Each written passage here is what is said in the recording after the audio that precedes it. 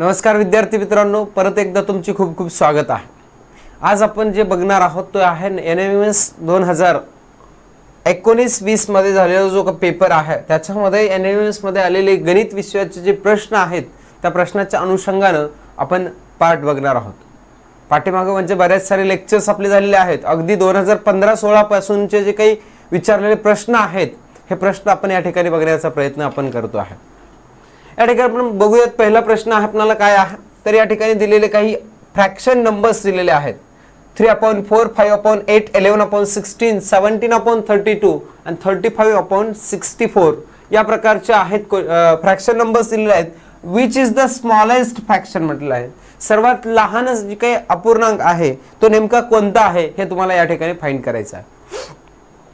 ज्यावेळेस तुम्हाला असा प्रश्न विचारला जाईल त्यावेळेस तुम्हाला जर एका म्हणजे 2-3 अपूर्णांकांपेक्षा जास्त अपूर्णांक जर तुम्हाला पाहायला मिळत असतील तर याला अगदी कमी वेळामध्ये सोडवण्यासाठी तुम्हाला जे बेसिक पार्ट दिसतोय जर बारकाईने निरीक्षण केलं तर ते तुम्हाला लक्षात येईल। इथं 4 आहे, 8 आहे, 16 आहे, 32, 64 डिनॉमिनेटर महत्त्वाचा आहे आणि तो डिनॉमिनेटर या ठिकाणी तुम्हाला दिसतोय की एक सेम वे म्हणजे सारख्या स्वरूपाचा आहे। म्हणजे सारख्या स्वरूपाचा म्हणजे हे सगळे काही टेबल मध्ये असल्यासारखे 4, 8, 16, 32 किंवा 64 असेल, बरोबर आहे। या सगळ्यांनाच तुम्हाला एक जर डिनॉमिनेटर करायचं असेल, डिनॉमिनेटर सेम करायचं असेल तर तुम्ही करू शकता। या ठिकाणी ह्या 4 ला 64 जो ग्रेटर डिनॉमिनेटर आहे त्या ग्रेटर डिनॉमिनेटरच्या फॉर्म मध्ये याला लिहिण्याचा प्रयत्न करायचा आहे। ज्या संख्येचा छेद मोठा आहे त्या मोठ्या संख्येच्या छेदाच्या सारखा आपल्याला छेद सगळ्यांचा येतो का नाही चेक करायचा आहे। मग या 4 ला जर तुम्हाला करायचं असेल 64 तर तुम्ही याला गुणाकार करू शकता 16 ने 16 ने जर गुणाकार केला तर काय होणार आहे 16 चौक 64 होणार आहे। याला 16 ने गुणाकार करायचं म्हणजे वरती पण 16 ने 16 त्रिक किती होणार आहे 16 त्रिक 16 2 32 16 त्रिक 48 छेद किती असणार आहे हे आपला 64 होऊ शकतो पहिला नंबर। जर दुसरा नंबर हे 8 ला 64 करायचं म्हटल्यानंतर 8 8 64 होणार आहे। म्हणजे वरच्या संख्येला पण 64 करण्यासाठी खालच्या संख्येला 64 करण्यासाठी आपल्याला वरच्या नंबरला पण 8 ने मल्टिप्लाय करावं लागेल। 5 8 जा 8 5 40 होणार आहे। म्हणजे इथे या ठिकाणी किती येणार आहे तुमचे नंबर 40 येणार। द नेक्स्ट 16 ला 64 करण्यासाठी 16 चौक 64 4 ने गुणावं लागेल म्हणजे 4 ने अंशाला गुणा म्हणजे 44 अपॉन किती असणार आहे 64। देन नेक्स्ट पुढे आहे 32 आहे। या 32 ला 64 करायचं असेल तर आपल्याला काय करावं लागेल 17 ला पण 2 ने गुणावं लागेल 17 2 34 आणि इथं असणार आहे खाली 64 आणि लास्ट आहे 35/64 आणि या ठिकाणी तुम्हाला सगळे जे संख्या आहेत सगळ्या संख्याचा डिनॉमिनेटर आता या ठिकाणी सारखा आलेला आहे। हे करण्यासाठी तुम्हाला अगदी 1 मिनिटाच्या आतमध्ये तुम्हाला हे सगळे उत्तर येणार आहेत आणि त्यानंतर आता न्यूमरेटर ज्याचा लहान ती संख्या लहान असेल। मग या ठिकाणी 34/64 हे शेवटून दुसरी संख्या म्हणजे 17/32 असलेला जो ऑप्शन असणार आहे तो आपला स्मॉलेस्ट फ्रॅक्शन असणार आहे, सर्वात लहान असलेला अपूर्णांक असणार आहे। म्हणून ऑप्शन नंबर फर्स्ट हे या ठिकाणी आपल्याला उत्तर सांगता येतं। ठीक आहे, नेक्स्ट प्रश्न आपण बघूयात। दुसऱ्या प्रश्नामध्ये तुम्हाला सांगितलेलं आहे की डायरेक्ट व्हेरिएशन इनडायरेक्ट व्हेरिएशन या पार्टवर तुम्हाला प्रश्न आहे। इथे सांगितलेलं आहे x इज इनडायरेक्टली व्हेरिएशन किंवा इनडायरेक्टली प्रोपोर्शनल टू काय असणार आहे y। x हे व्यस्त चलनामध्ये आहे, y च्या व्यस्त चलनामध्ये आहे आणि व्यस्त चलनामध्ये असेल तर त्या ठिकाणी गुणाकार हा काय असतो स्थिर असतो, कॉन्स्टंट असतो। हे लक्षात ठेवा, कधी कॉन्स्टंट असतो। जर हे डायरेक्ट व्हेरिएशन मध्ये असलं असतं अशा पद्धतीनं किंवा x डायरेक्टली व्हेरिएशन y असं जर दिलं असतं तर यांचा रेशो कसा असणार आहे हा सेम असतो, रेशो सेम असतो, गुणोत्तर सारखं असतं। पण आपल्याला जर त्या इनव्हर्सली प्रोपोर्शनल दिलेले असतील, बरोबर आहे, इनव्हर्स हे अपॉन मध्ये असेल तर त्याला इनव्हर्स म्हणतो आपण। व्यस्त चलनामध्ये दिलेला आहे, व्यस्त प्रमाणामध्ये आहे आणि व्यस्त प्रमाणामध्ये असेल तर त्याला तुम्हाला गुणाकार स्थिर आहे असं आपल्याला म्हणता येतं। या ठिकाणी दिलेल्या दोन संख्या तुम्हाला दिलेल्या आहेत, x जर 72 असेल तर y 8 असेल असं म्हटलेलं आहे। मग x गुणिले y म्हणजेच 72 गुणिले 8 करावं लागेल तुम्हाला आणि हे 72 गुणिले 8 जे काही असेल तेवढाच गुणाकार दुसऱ्या 2 x आणि y च्या ठिकाणी पण तेवढाच असणार आहे। कारण गुणाकार या दोन संख्यांचा गुणाकार जेवढा असेल तेवढाच गुणाकार या दोन संख्यांचा असणार आहे। याचं कारण असं आहे की या ठिकाणी तुम्हाला म्हटल्याप्रमाणे कॉन्स्टंट काय राहतं या दोघांचा मल्टिप्लिकेशन कॉन्स्टंट राहते। का मल्टिप्लिकेशन? कारण हे इनव्हर्सली व्हेरिएशन दिलेले आहे। ठीक आहे. म्हणून इथं या दोन संख्यांचा गुणाकार म्हणजेच x गुणिले y म्हणजेच 48 गुणिले y असणार आहे. म्हणजेच याचा जे काही आन्सर असणार आहे याला जर 48 ने डिवाइड केला तर तुमचा y चा आन्सर येणार आहे. ठीक आहे. मग आता याला दोघांना डिवाइड करा. 8 ने हे डिवाइड होणार आहे. 8 45 8 संग 48. 6 ने हे डिवाइड होईल. 6 1 जा 6 1 कॅरी म्हणजे 6 2 जा 12 म्हणजे 12 हे या ठिकाणी आन्सर असणार आहे. 12 असलेला ऑप्शन नंबर 4 हे या ठिकाणी आपल्याला आन्सर आहे असं आपल्याला म्हणता येईल. ठीक आहे. नेक्स्ट क्वेश्चन कडे जाऊयात आपण. आता सेकंड नंबरचा क्वेश्चन आहे. थर्ड नंबरचा क्वेश्चन 73 नंबरचा एक्सपान्शन फॉर्म्युला या चॅप्टर वरचा हा प्रश्न आहे. या ठिकाणी तुम्हाला एक्सपांड करायचं आहे म्हणजे इथं सरळ सरळ 2x चा square plus 3y minus 5z ब्रॅकेटचा काय आहे हा स्क्वेअर आहे. बरोबर आहे. हा फॉर्म्युला जर बघायचा म्हटलं तर तुम्हाला a plus b plus c ब्रॅकेटचा स्क्वेअर बरोबर आहे अशा प्रकारचा फॉर्म्युला आहे. आता याचे वेगवेगळे 3 फॉर्म्युले आहेत.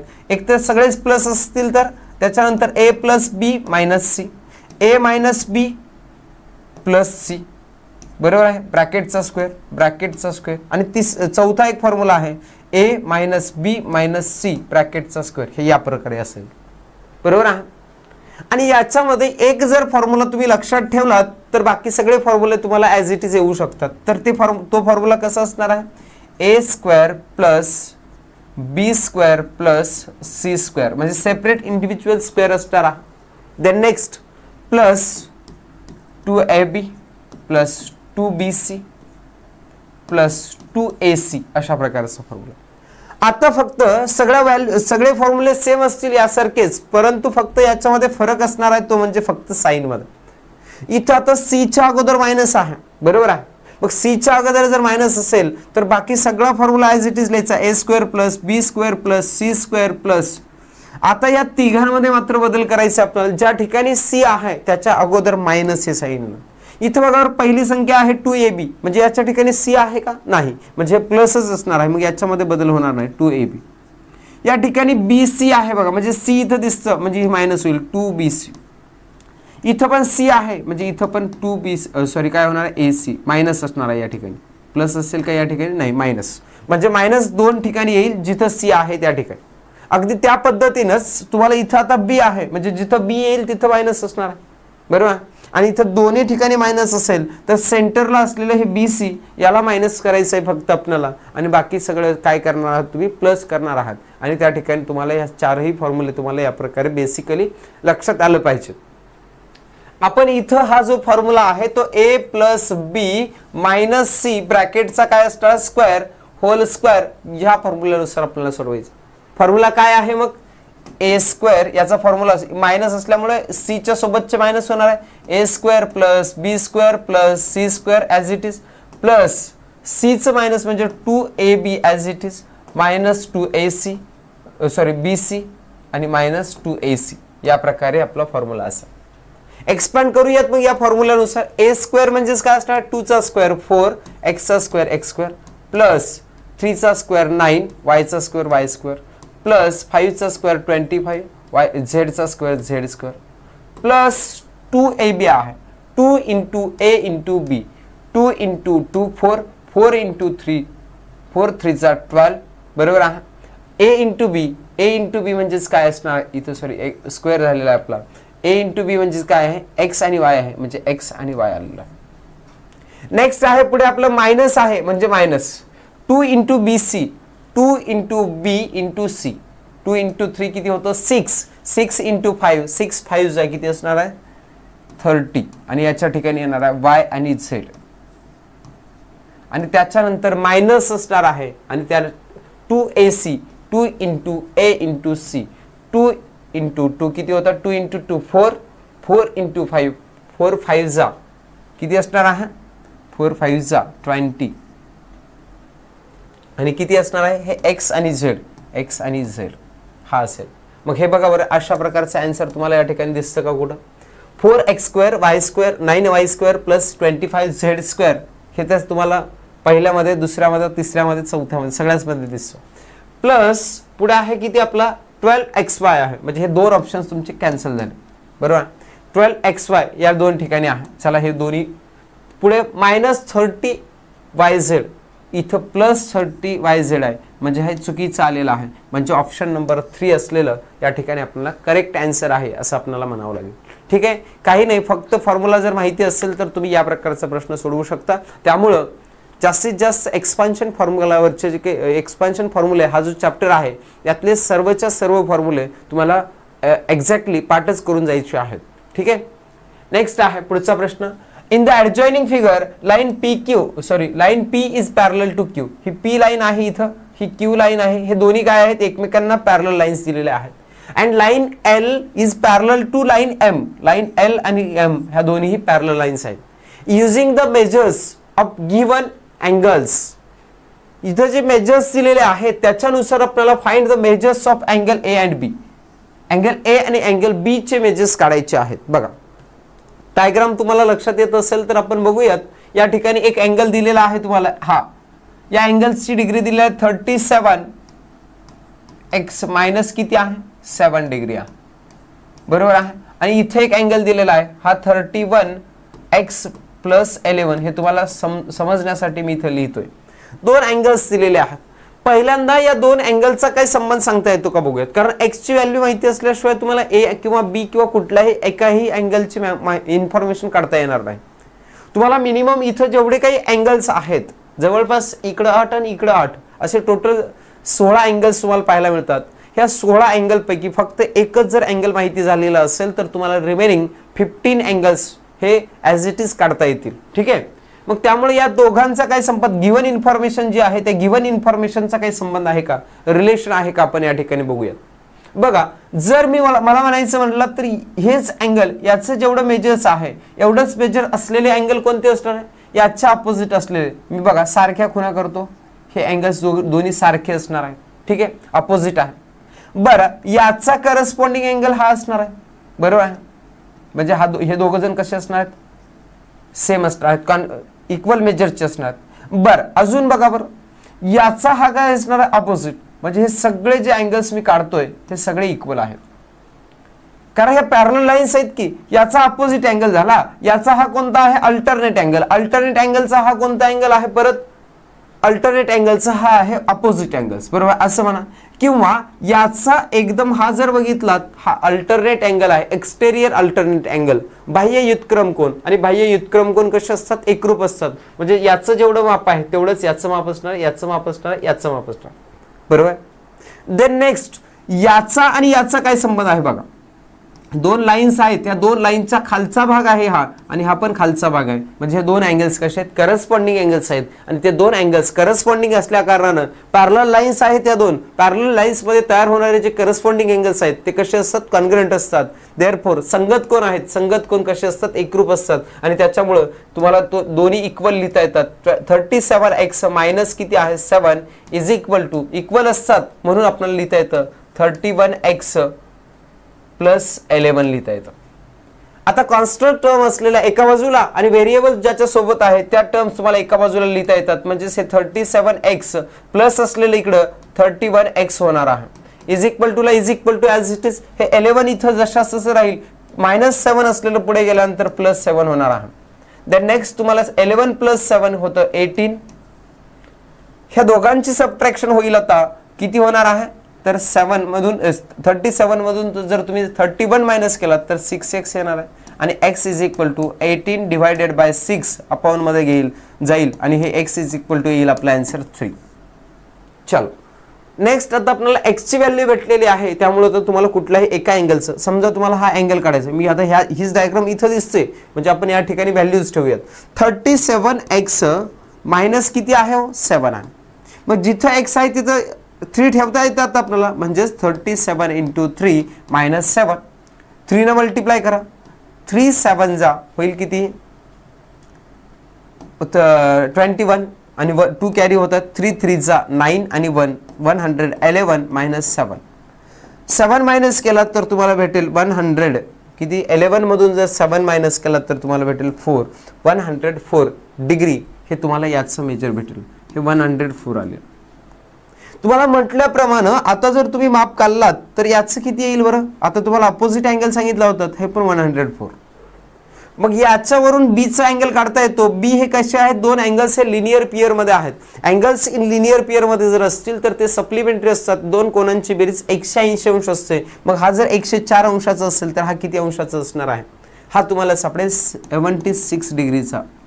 बरोबर आहे, हा 76. आता तुम्हाला बाकीचे पण काढता येतात बघा. दुसरा हा 104 आहे, हा पण काय असणार आहे 104 असणार आहे, कारण हे पण काय आहेत अल्टरनेट अँगल्स आहेत. एक्सटेरियर अल्टरनेट अँगल, बाह्य व्युत्क्रम कोन, आणि त्यानुसार तुम्हाला ए चे अँगल हे देखील अँगल्स कसे येणार supplementary. Therefore angle A is equal to पण किती असणार 76 डिग्री. आणि या पद्धतीनं असा असलेला ऑप्शन अँगल ए चं मेजर 76 आणि अँगल बी चं मेजर 76 असलेला ऑप्शन नंबर सेकंड हे या ठिकाणी आपल्याला करेक्ट आन्सर आहे असं आपल्याला म्हणता येतं. ठीक आहे, कशा पद्धतीने सोडवलेला आहे थोडं आपल्याला समजून घेण्यासारखा आहे प्रश्न. गुंतागुंतीचा आहे कारण याच्यामध्ये दोन लाईन्स पॅरलल असल्या दोन पियर्स तुम्हाला दिलेले आहेत. म्हणजे टोटल 8 आणि 8 16 अँगल्स असल्यामुळे तुम्हाला थोडं कन्फ्युजन होण्याचे चान्सेस असतात आणि तुमचं आन्सर थोडंफार चुकण्याचे चान्सेस असतात. परंतु तुम्ही जर व्यवस्थित सोडवण्याचा प्रयत्न केला तर तुम्हाला 100% या प्रश्नामधले मार्क्स मिळणार आहेत. नेक्स्ट पुढे आहे, which are the factors of 3x² plus 27x plus 54 from the following.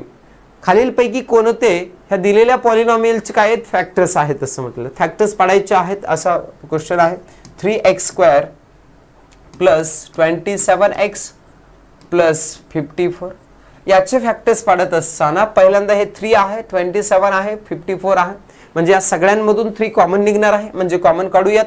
म्हणजे 3 कॉमन काढलात तर ब्रॅकेट मध्ये लिहावं लागेल आपल्याला. इथं x राहील, इथं 3 ने डिवाइड केलात तर 9x राहील आणि इथं 3 ने डिवाइड केलात तर 3 1 जा 3 आणि 2 कॅरी होईल म्हणजे 24. 3 6 जा किंवा 3 न बरोबर 3 1 जा 3 3 8 जा बरोबर आहे.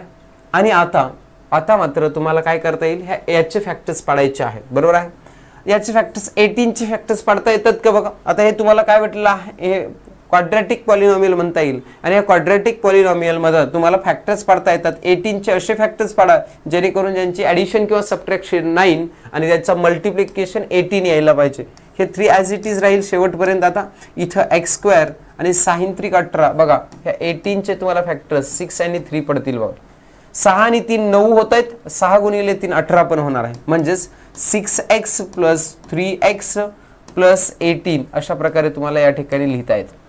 आणि आता तुम्हाला आता या दोघांमधून म्हणजे कॉमन पार्ट्स काढता येतात. म्हणजे 3 इथं कॉमन आहे जसं तसं लिहिलेलं आहे. या दोघांमधून कॉमन x निघतं म्हणजे x प्लस 6 राहणार आहे. तर नेक्स्ट इथं प्लस 3 कॉमन निघतं त्याच्यामुळे इथं पण राहणार आहे x प्लस काय राहणार आहे तुमचा 6. आणि या ठिकाणी आन्सर तुम्हाला भेटेल. दोन जे कॉमन ब्रॅकेट आहेत तुमचे म्हणजे ते आहे x प्लस 6 आहे एक, दुसरा असेल x प्लस 3. बघा 3x प्लस 6 आणि x प्लस 3 असलेला ऑप्शन जो आहे तुम्हाला क्वेश्चन म्हणजे इथं ऑप्शन सापडेल फर्स्ट नंबरचा 3x plus 6 x plus 3, 3x plus 6 x plus 3 आणि ऑप्शन नंबर फर्स्ट हे या ठिकाणी आपल्याला करेक्ट आन्सर करता येईल. नेक्स्ट पुढच्या प्रश्नाकडे जाऊयात आपण. पुढच्या प्रश्नामध्ये find the length of diagonals of a square whose side is 10 centimetre. परत तुम्हाला सेम क्वेश्चन बरोबर आहे. प्रिव्हियस इयर मध्ये जसं विचारलेला होता 2018-19 या इयर मध्ये विचारलेला क्वेश्चन अगदी या प्रकारचाच प्रश्न तुम्हाला इथं परत एकदा रिपीट झालेला आहे. चौरस म्हटलेला आहे म्हणजे चौरसाची बाजू आणि कर्णाशी संबंधित एव्हरी इयर तुम्हाला क्वेश्चन सापडतोय. म्हणजे तुम्हाला हा फॉर्म्युला हा बाय डिफॉल्ट पार्टच असला पाहिजे. याची साईड तुम्हाला सांगितलं 10 सेंटीमीटर, इथे डायगोनल काढायचं आहे तुम्हाला बरोबर आहे. त्या ठिकाणी तुम्हाला मागच्या इयर मध्ये डायगोनल दिला होता, साइड म्हटलेलं होतं. तरी देखील side is equal to formula असेल आपला side of square is equal to स्क्वेअरची साइड इज इक्वल टू काय असणार आहे तर 1/√2 इंटू काय असणार आहे डायगोनल असा फॉर्म्युला. या फॉर्म्युल्यानुसार व्हॅल्यूज ठेवा. ही साइड कशाची आहे 10 सेंटीमीटर स्क्वेअरची म्हणजे 10 इथे ठेवलं. अपॉन मध्ये असलेलं √2 इकडे मल्टिप्लिकेशन मध्ये हे डायगोनल बरोबर येणार आहे बरोबर आहे. आणि डायगोनल तुम्हाला सांगते 10√2 आला, परंतु ऑप्शन मध्ये 10√2 दिसत नाही. सगळे जे आन्सर्स आहेत तुमचे ऑप्शन्स आहेत ते अंडर रूट मध्ये आहेत. म्हणजे याला पण तुम्हाला अंडर रूट मध्ये लिहिता येतं का बघा. ह्या 10 ला जर अंडर रूट मध्ये लिहायचं असेल तर 10 चा स्क्वेअर करावा लागेल आणि ते असणार आहे अंडर रूट मध्ये 2 × 10 चा स्क्वेअर 100 आणि या दोघांचं मल्टिप्लिकेशन केला तर 200 हे स्क्वेअर रूटमध्ये आलेली व्हॅल्यू म्हणजेच ते असेल तुमचा डायगोनल आणि ऑप्शन नंबर 3 मध्ये तुम्हाला या प्रकारे आन्सर सापडणार आहे. ठीक आहे, नेक्स्ट क्वेश्चनकडे जाऊयात आपण आता परत. इथं दिलेला आहे थोडा विचार करण्यासारखा प्रश्न आहे बघा हा. x - 1/x x - 1/x is equal to किती दिलेला आहे 5 दिलेली व्हॅल्यू आहे. द नेक्स्ट तर तुम्हाला काढायची व्हॅल्यू काय आहे 7 इन ब्रॅकेट x² + 1/x² याची व्हॅल्यू तुम्हाला किती येते हे काढायची आहे. ठीक आहे, आता व्हॅल्यू काढत असताना थोडं समजून घ्या. एक तर तुम्हाला या प्रकारचा फॉर्म्युला पण नाही आणि दुसरी गोष्ट याची व्हॅल्यू दिलेली आहे x - 1/x x प्लस ची दिली असती तर एखाद वेळेस आणखी काहीतरी करता आलं असतं आपल्याला, परंतु या ठिकाणी ते दिसत नाही. त्यामुळे आपल्याला बघा बरं यालाच तुम्हाला या स्वरूपामध्ये लिहायचं म्हणजे स्क्वेअरच्या फॉर्म मध्ये जर आन्सर काढायचं असेल तर आपण काय करू शकता बघा बरं. याला स्क्वेअरच्या फॉर्म मध्ये लिहिण्यासाठी स्क्वेअर ऑफ बोथ साइड्स करता येईल. याचा स्क्वेअर ऑफ बोथ साइड जरी मायनसच्या फॉर्म मध्ये येत असेल तरी देखील आपण आता सध्या पुरतं विचार करूया स्क्वेअर केल्यानंतर काय होतं, किंवा डिनॉमिनेटर पण सेम केला असता तर चाललं असतं. मग जर स्क्वेअर केला तर तुमचा असं असणार आहे x² - 1/x म्हणजे 1चा square 1 x² x² is equal to किती येणार आहे तुमचा 5. 5चा स्क्वेअर पण किती येणार 25. बोथ साइडचा स्क्वेअर करावं लागेल आपल्याला या प्रकारे. त्यानंतर नेक्स्ट आपल्याला काय करता येईल बघा बरं. या ठिकाणी आता सॉरी हे आपलं असं नाही होणार की ठीक आहे असं सेपरेट स्क्वेअर थोडी होणार आहे. आपल्याला काय करावं लागेल त्याचं बोथ साइडचा स्क्वेअर करतोय आणि बोथ साइडचा स्क्वेअर करत असताना या ठिकाणी तुम्हाला हा पूर्ण ब्रॅकेटचा स्क्वेअर करावा लागेल आणि ब्रॅकेटचा स्क्वेअर म्हणजेच कसं असणार आहे x - 1/x ब्रॅकेटचा स्क्वेअर. आणि इथं मात्र फॉर्म्युला असेल तुमचा a - b ब्रॅकेटचा स्क्वेअर इज इक्वल टू बरोबर आहे. आणि तो फॉर्म्युला आपला असं असणार आहे a² - 2ab + b² या प्रकारचा फॉर्म्युला आहे. आणि तो एक्सपान्शियल फॉर्म्युला मधला हा परत क्वेश्चन आहे आपल्याला असं म्हणता येईल. आणि इथं एक्सपांड करावं लागेल आपल्याला या फॉर्म्युल्यानुसार. इथं आपण जो फॉर्म्युला लिहिलेला आहे a चा स्क्वेअर म्हणजेच x चा स्क्वेअर -2 × a × b म्हणजेच 2 × a आहे x × b आहे 1/x प्लस b² म्हणजे 1/x² म्हणजे 1चा स्क्वेअर 1 x चा square x is equal to 25 as it is. x आणि x कॅन्सल होतं म्हणजे x चा स्क्वेअर -2 + 1/x² येतं आणि इज इक्वल टू 25. कॉन्स्टंट टर्मला पुढे घेऊन चला म्हणजेच x² + 1/x² हे ॲज इट इज राहील आणि इथे येईल 25 -2 असलेलं पुढे जाऊन +2 होतं आणि हे 27 होईल बरोबर आहे. आता मात्र तुम्हाला लक्षात येईल की आपल्या आन्सरमध्ये असलेला बराच सारा पार्ट इथं आलेला म्हणजे विचारलेला x² + 1/x².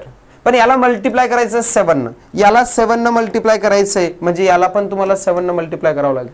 म्हणजे 7 × 7 7 7 जा 49 4 कॅरी होत आहेत 7 2 जा 14 14 आणि 4 हे होतात 18 189 असलेला ऑप्शन नंबर 2 ही या ठिकाणी या क्वेश्चनसाठी आपल्याला आन्सर हे करेक्ट करावं लागेल. ठीक आहे, कशा पद्धतीने सोडवलेला आहे लक्षात आलेलं असेल तुम्हाला. नेक्स्ट पुढच्या क्वेश्चनकडे. परत हा सर्कल किंवा मेन्सुरेशन या चॅप्टरवरचा क्वेश्चन आहे आणि या चॅप्टरमध्ये देखील तुम्हाला परत फॉर्म्युल्याची गरज आहे. बघूयात स्क्वेअर PQRS हा दिलेला तुम्हाला स्क्वेअर आहे म्हटलं. स्क्वेअर म्हणजे याच्या ऑल साइड्स कशा असणार आहेत इक्वल असणार आहेत. ठीक आहे, अँगल्स 90 डिग्रीचा इन्स्क्राइब्ड इन अ सर्कल सर्कलच्या मध्ये आहे असं म्हटलं आहे. With a centre O centre असलेल्या वर्तुळाच्या मध्ये आहे. If radius of circle is 21 centimetre. मी असं हे रेडियस काढली ओ पासून एस ला जोडलो. आता वर्तुळावर आहे म्हणजे हा रेडियसच असणार. हा किती आहे 21 सेंटीमीटर आहे. The next find the area of shaded region. जे कलर केलेला एरिया आहे त्या कलर केलेल्या एरियाचा तुम्हाला काय काढायचं आहे एरिया काढायचा आहे. कलर केलेला जो शेप आहे रिजन आहे त्या रिजनचा तुम्हाला या ठिकाणी एरिया काढायचा आहे. आणि तो एरिया काढण्यासाठी डायग्राम बघितल्यावर लक्षात येतं की पूर्ण सर्कलचा एरिया मायनस तुम्हाला स्क्वेअरचा एरिया काढावा लागणार आहे. म्हणजे तुम्हाला इथं 2 फॉर्म्युले आले पाहिजेत. तो म्हणजे पहिला फॉर्म्युला सर्कलचा एरिया काय असतो तो सर्कलचा एरिया इज इक्वल टू आपल्याकडे असतो πr चा स्क्वेअर असतो बरोबर आहे. आणि ह्या स्क्वेअरचा एरिया म्हणजे साइडचा स्क्वेअर असतो बरोबर आहे. मग आता ह्या 2 गोष्टी आहेत का बघा. πr चा स्क्वेअर म्हणजे तुम्हाला पायची तर व्हॅल्यू माहिती असते आणि रेडियस पण दिलेली आहेच बरोबर, 21 सेंटीमीटर. त्यामुळे सर्कलचा एरिया तुम्ही काढू शकता. Area of circle is equal to pi r चा स्क्वेअर. ह्या फॉर्म्युलानुसार 22/7 इंटू काय असणार आहे, आर स्क्वेअर. आर 21 आहे म्हणजे स्क्वेअर आहे, म्हणजे 21 इंटू 21 डबल आपण घेऊ शकता. 7 ने डिवाइड करा तुम्ही, 7 3 असणार आहे. आणि या सगळ्यांचं मल्टिप्लिकेशन करून 22 3 60 किती म्हणता येईल, 66 इंटू किती आहे 21. आणि 21 न परत मल्टिप्लाय करू शकता तुम्ही. 21 6 किती असणार आहे, 106 होईल का, किंवा असं करू शकता तुम्ही याला 21 5 105 आणि 21. 66 इंटू 21, 1 न मल्टिप्लाय करा 6 येणार आहे, प्लस 2 न मल्टिप्लाय करा 6 2 12, 1 कॅरी होईल, 6 2 12 आणि 1 किती असणार आहे 13. आणि या ठिकाणी या दोघांची ॲडिशन 6 8 आणि हे किती असणार आहे 1386. हे स्क्वेअर सेंटीमीटर मध्ये तुम्हाला काय येणार आहे, हे आलेलं आहे सर्कलचा टोटल एरिया. तर नेक्स्ट आपल्याला काय करता येतं, आता तुम्हाला स्क्वेअरचा एरिया काढला पाहिजे. मग स्क्वेअरचं तुम्हाला साईडच माहिती नाही म्हटल्यानंतर एरिया काढता येईल का, नाही. मग साईड काढण्यासाठी परत अजून एक तुम्हाला इथे हा जॉईंट करावा लागेल. हा 21 सेंटीमीटर आहे आणि हा पण 21 सेंटीमीटर, कारण हे पण रेडियसच आहे त्या सर्कलचे. आता या एसक्यूचा आणि या क्वाड्रिलॅटरलचा म्हणजे स्क्वेअरचा संबंध आहे. या स्क्वेअरचा हा काय डायगोनल आहे. डायगोनल असल्या कारणानं आपल्याला या डायगोनलचा आणि साइडचा संबंध असलेला फॉर्म्युला माहिती आहे. Side is equal to side of square is equal to आपल्याकडे माहिती आहे 1/√2 इंटू काय असणार आहे, डायगोनल असणार आहे फॉर्म्युला. आणि या डायगोनलची व्हॅल्यू आपल्याला 42 होईल. 1/√2 इंटू किती असणार डायगोनल, आता 21 आणि 21 टोटल किती होतोय 42 होतोय, बरोबर आहे.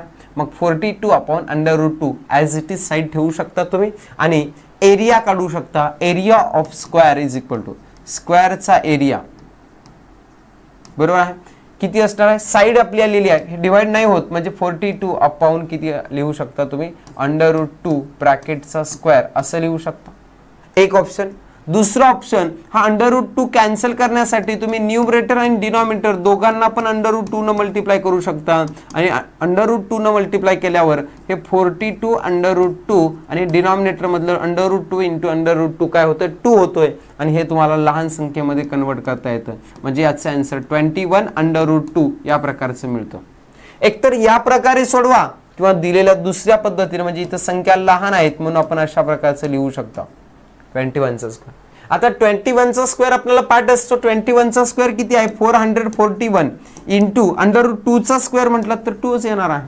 स्क्वेअर रूट आणि जे काही स्क्वेअर रूट आणि स्क्वेअर आहे दोन्ही कॅन्सल होतात आणि या दोघांचं मल्टिप्लिकेशन केल्यानंतर ह्या स्क्वेअरचा एरिया तुम्हाला मिळेल, बरोबर आहे, मधला जो स्क्वेअर आहे. मग 1 इंटू 2 किती होतं 2 आलं, 4 इंटू 2 किती होणार आहे 8 आणि 8 हे आलेलं आहे स्क्वेअरचा एरिया, बरोबर आहे. आता या सर्कलचा जो मोठा एरिया आहे त्याच्यामधून तुम्हाला हा जो मधला स्क्वेअर आहे काढून टाकलात, तुम्ही काढून घेतलात तर तुम्हाला राहिलेला जो काही पार्ट असणार आहे तो रिजन कोणता असणार आहे, कलर्ड एरिया किंवा शेडेड एरिया असणार आहे, शेडेड रिजन असणार आहे. त्या शेडेड रिजनचा तुम्हाला एरिया मिळणार आहे. म्हणजेच इथे 882 हे तुम्हाला दिलेल्या म्हणजे सर्कलच्या एरियामधून मायनस करावं लागेल. हे येईल तुमचा 4, इथं असेल 8 - 8 0 येईल, इथं असणार आहे 13 - 8 म्हटलं तर किती असणार आहे 504 असलेला ऑप्शन आहे का, आहे. ऑप्शन नंबर 4 मध्ये तुम्हाला 504 स्क्वेअर सेंटीमीटर या प्रकारे आन्सर सांगता येतं. ठीक आहे. नेक्स्ट क्वेश्चन आहे पुढचा आपल्याकडं. यामध्ये परत तुम्हाला आणखी एक क्वेश्चन दिलेला आहे, त्याच्यामध्ये स्क्वेअर बरच रिलेटेड क्वेश्चन आहे. Quadrilateral PQRS is a square. हा PQRS काय सांगितलेला आहे तुम्हाला स्क्वेअर आहे, बरोबर. इथं दिले राईट अँगल दिलेले आहेत, बरोबर आहे सगळेच, म्हणजे हा स्क्वेअर आहे. विथ साइड 28, याची साइड जी आहे 28 आहे. मग ही साइड 28, इकडची साइड पण 28, ऑल साइड्स इक्वल्स असतात. पॉइंट ABCD बघा, इथं मध्ये A दिसतं, B दिसतं, C दिसतं, D दिसतं, याच्याबद्दल सांगितलेलं आहे. Are mid points of each side. प्रत्येक साईडचे मिड पॉईंट आहेत, मध्यबिंदू आहेत. मिड पॉईंट्स म्हणजे असं सेंटरला आहेत, त्यामुळे आपल्याला सेंटरला आहेत म्हणजे हे या दोघांचं डिस्टन्स किती असणार आहे, या दोघांचं याच्या हाफ असणार आहे 28 आहेत, म्हणजे इथे किती असणार आहे तुमचं 14 असणार आहे, 14 असणार आहे, त्याच्या अर्ध असणार आहे. बरोबर आहे. हे डिस्टन्स किती असणार आहे QDचं पण, हे पण 14 असणार आहे, वरचं 14 हे 14, अशा प्रकारे हा हाफ असणार आहे सगळ्याच्या. बरोबर आहे. आपल्याला काढायचं काय आहे, find the area of quadrilateral कोणता असणार आहे तुमचा ABCD. ABCD या क्वाड्रिलॅटरलचं तुम्हाला काय काढायचं आहे, एरिया काढायचा. एरिया काढत असताना पहिल्यांदा तो क्वाड्रिलॅटरल कसा आहे बघून घ्या आणि मग त्याच्यानंतर आपल्याला काढता येईल. या ठिकाणी तुम्हाला दिलेली इन्फॉर्मेशन जी आहे ती या ठिकाणी तुम्हाला त्याची साईड काढता आली पाहिजे, कारण हा मध्ये जो तयार झालेला आहे हा पण तुमचा स्क्वेअरच आहे. याची साईड माहिती असेल तर तुम्हाला काढता येतं. बरोबर आहे. मग याची साईड माहिती आहे का तुम्हाला, नाही, कारण साईड जर माहिती असेल तर तुम्हाला काय करता येतं, त्या ठिकाणी तुम्हाला त्याचा स्क्वेअर असल्या कारणानं area of square is equal to side square आपल्याला फॉर्म्युल्यानुसार आपल्याला त्याचा एरिया काढता येत असतो. आणि त्याच्यामुळे ही साईड काढून घेण्यासाठी इथे इन्फॉर्मेशन दिसते बघा, हा राईट अँगल ट्रायंगल आहे, दोन साईड्स माहिती आहेत, म्हणजे याच्या ऑपोजिट असलेलं जी काही साईड आहे त्याचा एरिया तुम्हाला काढता येतो. हा काय आहे, राईट अँगल ट्रायंगल आहे, म्हणून देअरफॉर आपल्याला पायथागोरस थेरम नुसार या हायपोटेन्यूसचा स्क्वेअर काढता येतो. हे 14 आहे, हे पण 14 आहे, 14चा स्क्वेअर प्लस 14चा स्क्वेअर असं आपल्याला करावं लागेल. हायपोटेन्यूसचा स्क्वेअर इज इक्वल टू काय असणार आहे, हायपोटेन्यूसचा स्क्वेअर इज इक्वल टू 14चा स्क्वेअर प्लस 14चा स्क्वेअर असणार आहे परत एकदा, कारण हे दोन आहेत, दोन साइड्स प्लस. बरोबर. आणि याचा स्क्वेअर येतो 196 प्लस 196. आता या दोघांची ऍडिशन करण्याच्या ऐवजी 2 इंटू अंडर रूट किती 2 इंटू 196 असं आपल्याला लिहिता येतं. बरोबर आहे. आणि या ठिकाणी आपण असं लिहिलं याच्यासाठी कारण आपल्याला काय करायचं, taking square root of both side, दोन्ही साइडचं काय काढायचं आहे, स्क्वेअर रूट काढायचं आहे. आणि 196चं स्क्वेअर रूट 14 येतं, 2चं स्क्वेअर रूट काढता येत नाही, म्हणजे ॲज इट इज असं असणार. ठीक आहे. नेक्स्ट हे हायपोटेनियस आलेलं आहे. बरोबर. स्क्वेअर रूट काढल्यानंतर 14 अंडर रूट 2. आता परत सांगता येईल तुम्हाला, आता एक साइड माहिती झालेली आहे, म्हणजे square of area of square is equal to area of square ABCD असं लिहितो मी, ABCDचा स्क्वेअर सांगता येईल. साइडचा स्क्वेअर, साइड तुम्हाला आता DC भेटलेली आहे, मग DCचा स्क्वेअर असणार आहे. DCची व्हॅल्यू आपण काढली आहे 14 अंडर रूट 2, म्हणजे इथं 14 अंडर रूट 2 ब्रॅकेटचा स्क्वेअर असणार आहे. 14चा स्क्वेअर येतो किती आपला 196 अंडर रूट 2चा स्क्वेअर 2, आणि ह्या दोघांचे मल्टिप्लिकेशन 6 2 किती असणार आहे 12, 1 कॅरी 9 2 18, 18 आणि 1 9, आणि 2 1 2 असणार आहे. आणि या ठिकाणी सॉरी किती 2 1 2 आणि 1 कॅरी 3, 392 असलेलं ऑप्शन नंबर फर्स्ट हे या ठिकाणी आपल्याला याचं करेक्ट आन्सर आहे असं आपल्याला म्हणता येईल. ठीक आहे. अशा प्रकारचा पार्ट आपण या ठिकाणी बघितलेला आहे. हा झालेला आहे क्वेश्चन नंबर 79, आणि याचा आन्सर असेल तुमचं किती 392 स्क्वेअर सेंटीमीटर. ठीक आहे. नेक्स्ट पुढचा क्वेश्चन आहे, a farmer sold food grains, बरोबर आहे, फॉर ₹25,000. तो काय करतोय 25,000 रुपयाचे फूड्स विकतोय by giving 3% commission to the agent. एजंटला 3% कमिशन देतोय तो. बरोबर आहे. Find the amount received by farmer. तर फार्मर कडून त्या एजंटला मिळालेली जी काही किंवा सॉरी फार्मरला मिळालेली तुम्हाला रक्कम काढायची आहे. बघा त्याने विकलेले किती रुपयाचे ग्रेन्स आहेत तुम्हाला सॉरी फूड विकलेले आहेत 25,000 रुपयाचे. या 25,000 रुपयाचे 3% कमिशन काढायचं आहे. म्हणजे कमिशन किती होतं हे काढायचं आहे आपल्याला, म्हणजे 3/100 असणार. पर्सेंटेज म्हटल्यानंतर अपॉन मध्ये 100 लिहितो आपण. हे 2 0 हे 2 0 कॅन्सल झाले. आता या दोघांचं मल्टिप्लिकेशन किती होणार आहे 25 त्रिक 75 आणि हे पुढचा 0. या प्रकारे 750 रुपये हे काय येणार आहे त्या ठिकाणी कमिशन येणार आहे. आता कमिशन एवढं गेलेलं असणार आहे तर फार्मरला एवढे पैसे कमी मिळणार आहेत. मग ऍक्च्युअल मध्ये विकलेत किती रुपयाचे 25,000 रुपयाचे, आणि त्या ठिकाणी तुम्हाला वजा करावे लागतील किती रुपये 750 रुपये. बरोबर आहे. आणि यांची वजाबाकी म्हणजेच त्या शेतकऱ्याला मिळालेली रक्कम असणार आहे. 0 - 0 0 असणार आहे. 10 - 5 केला तर 5 असेल. इथं असेल तुमचा 9 9 मायनस किती असेल तुमचा 7 म्हणजे 2, इथं 4 आणि 2 24,250 रुपीज असलेला ऑप्शन नंबर तुम्हाला सापडेल किती the amount received by farmer is equal to 24,250. Option number second हे या ठिकाणी करेक्ट आन्सर असेल. या ठिकाणी आपण 2019-20 मधील NMMS मध्ये विचारलेले गणित विषयाचे काही क्वेश्चन्स घेतलेले आहेत. याच्यामध्ये आणखी काही क्वेश्चन्स राहिलेले आहेत ते आपण नेक्स्ट लेक्चरमध्ये कव्हर करूयात. या ठिकाणी थांबूयात. धन्यवाद.